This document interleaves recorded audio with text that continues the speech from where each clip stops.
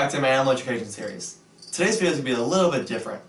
So most animal lovers dream of going to Australia and seeing the unique animals that they see on TV and in zoos. Unfortunately, at this point in my life, I'm unable to do that unless the Australian Tourist Board sees this and wants to help me out. So my new friends at the Billabong Sanctuary hooked me up with a virtual tour of Australia and their sanctuary.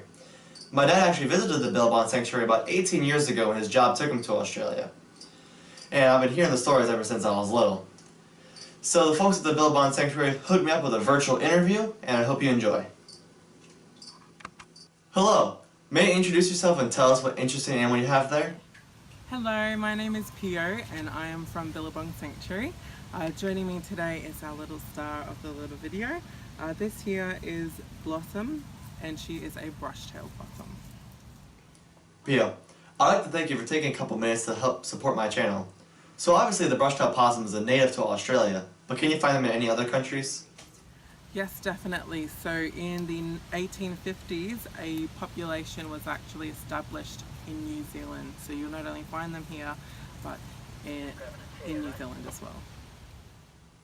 Australia has multiple environments, so what kind of environments does the Brushtail Possum prefer? So these guys absolutely love to live in rainforest habitats. You'll also find them in open woodlands. But of course you'll definitely find that they are an adaptable species. You will find them living in people's roofs and around people's houses as well. Not being familiar with Brushtail Possums myself, what do they eat in the wild? So these guys are omnivorous. Their main diet consists of eucalyptus leaves, but they will also be eating vegetation, so fruits and veggies, as well as, insects, and occasionally you'll find them in bird nests eating the eggs. Most captive animals eat better in captivity, so what do you guys feed them there at the sanctuary? So here at Billabong Sanctuary we not only provide Blossom, the possum, with eucalyptus leaves, but we also give her insects regularly and a variety of different fruits and vegetables as well.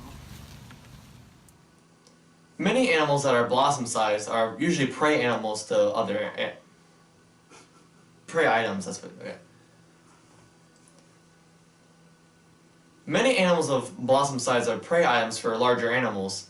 So, what other Australian species would feast on a possum? So, animals that absolutely love to eat possums here in Australia. There are actually so many of them. We have some, snakes. Species that love possums, dingoes, dogs, cats, even some of our birds of prey absolutely love these guys. I noticed that Blossom has extremely large eyes, so are they primarily nocturnal? Definitely, so they're more active when it's a little bit cooler at night, so yeah, they're definitely nocturnal animals. Other than their large eyes, what other adaptations do they have for survival? So another adaptation that possums have are actually their tails. So they have a prehensile tail, which helps them to keep themselves stable while they're climbing up there in the tree. The North American possum is our only marsupial here. Is the Brushtail Possum a marsupial as well? Yes, so these guys are in fact a marsupial. They do have a pouch, and that's where the development of their young will occur. One of the differences between the opossum and the Brushtail Possum is the fact that these guys don't actually have as much young. So the Brushtail Possum will have one joey at a time. Very rarely will you see them with two joeys in the pouch. How did Blossom find her way to the sanctuary?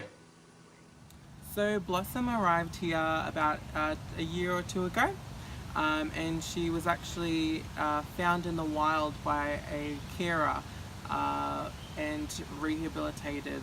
They couldn't release her to the wild because she was deemed unsuitable to be released into the wild, unfortunately, so that's why she was here at the park.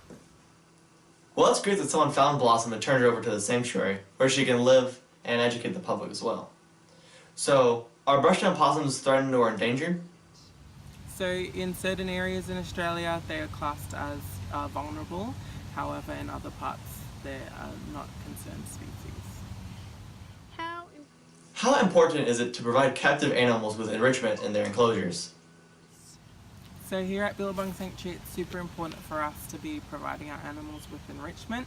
They are in a captive setting, so we need to give them activities that keep their brains stimulated. So we will actually place little bits of food around the enclosure so that when she is active, she can go out and forage for food. Zoos and sanctuaries like yourself do a great job of taking in injured and orphaned animals so they can live long and healthy lives.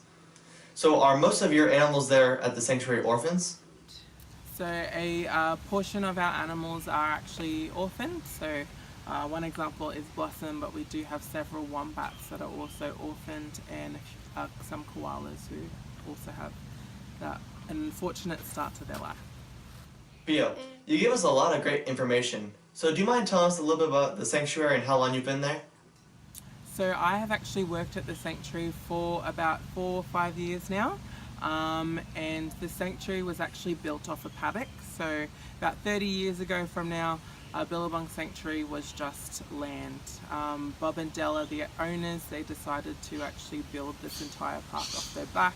Started off by planting trees, and now we have, a whole entire zoo 30 years later. I want to thank you one more time for helping me out with this virtual interview. And I hope you guys enjoyed this interesting international interview. And don't forget to leave a big thumbs up down below, subscribe to my channel, and also check out my Instagram @KoShirk. And as always, I'll see you next week.